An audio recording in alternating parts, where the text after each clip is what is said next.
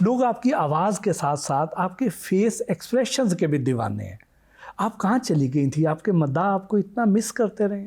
یہی تھی میں تو، بس حالات کے بنا پہ کچھ دوری پڑ گئی ہمیں، مگر آرٹسٹ تو آرٹسٹ کہیں بھی ہو وہ تو زندہ ہی رہتا ہے.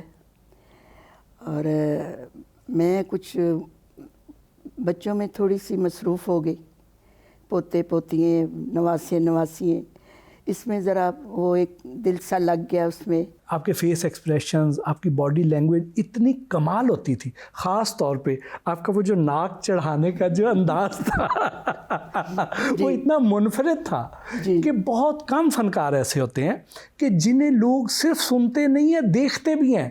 آپ کو دنیا دیکھنا چاہتی تھی اور چاہتی ہے جی، لیکن آپ بالکل اچانک غائب ہو گئی. اب میں کیا بتاؤں آپ کو، جب ٹی وی والوں نے بلایا مجھے، ٹیلی ویژن والوں نے، تو میں نے آ کر پروگرام کیے. ریڈیو والوں نے بلایا تو انہوں نے پروگرام کروائے، میں نے کیے. اور بلانے سے ہے نا جی، کہ جب کوئی بلائے گا تو آئے گا نا آرٹسٹ. تو آپ کو بلانا چھوڑ دیا؟ اب میں نہیں کہہ سکتی کہ کیوں کیا وجہ ہوئی، مگر کچھ ایسے ہو گیا تھا. آپ اپنے کیریئر کے عروج پر تھیں، آپ کا ہر گانا پہلے سے بڑھ کے آتا تھا، لوگ انتظار کرتے تھے، سکرین کے آگے سے ہٹتے نہیں تھے. نہیں، وہ یہ شاید گیپ جو آیا ہے، شاید انہوں نے یہ سمجھا کہ اب شاید نہیں گائیں گی، اس لیے وہ نہیں، انہوں نے بلایا مجھے، یا جب بھی انہوں نے بلایا مجھے، میں نے پروگرام کیے آ کر، اور بہت اچھے پروگرام کیے.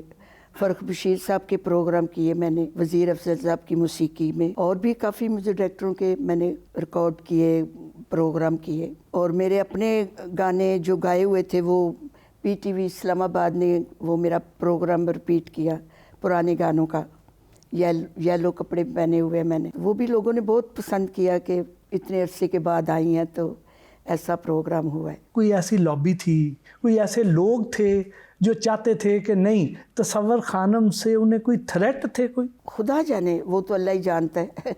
مگر میں نے تو کبھی کسی سے نہ جیلسی کی ہے، نہ کبھی حسد کی ہے کہ کوئی مجھ سے آگے بڑھ جائے گا یا یہ وہ، نہیں. کوئی ایسی گلوکارہ جو اپنے انہیں یہ ڈر ہو کہ تصور خانم کے گانے ہٹ پہ ہٹ ہو رہے ہیں، جی، تو شاید کسی کو اچھا نہ لگا؟ دور تھا ایسا، یا لوگوں نے پسند کیا، ادھر سے ٹی وی میں، ادھر سے فلم میں. میرا سب سے گانا پہلے جو تھا ہٹ ہوا، میری پہچان بنا، جو وہ تھا سب تو سونے، وہ ہٹ ہوا. پھر اس کے بعد کافی سارے گانے آتے گئے.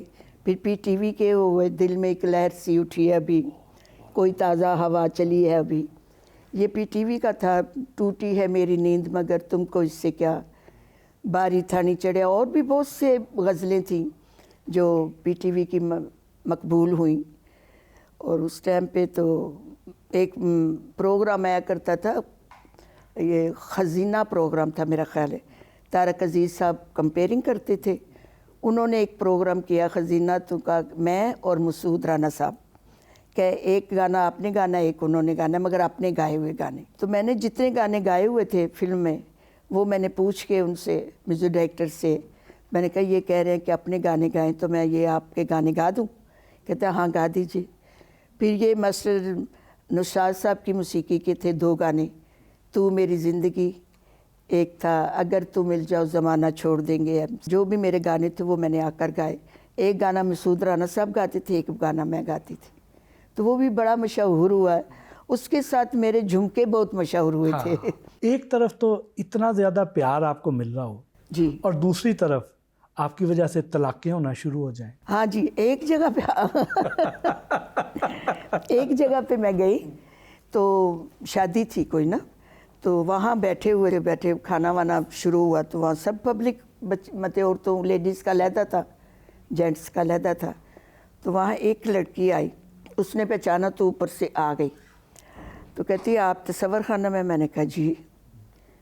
کہتی آپ کی وجہ سے میری ممانی کو طلاق ہو گئی. میں نے کہا میری وجہ سے؟ میں سوچنے شروع ہو گئی کہ میں نے کیا کیا. کہتی نہیں، میرے ماموں جب آپ ٹی وی میں آتی تھی نا تو وہ اتنا مطلب کھو جاتے تھے محو ہو جاتے اس کے ٹی وی کے آگے، تو کہتے تھے خاموش ہو جاؤ، میں یہ دیکھ رہا ہوں پروگرام.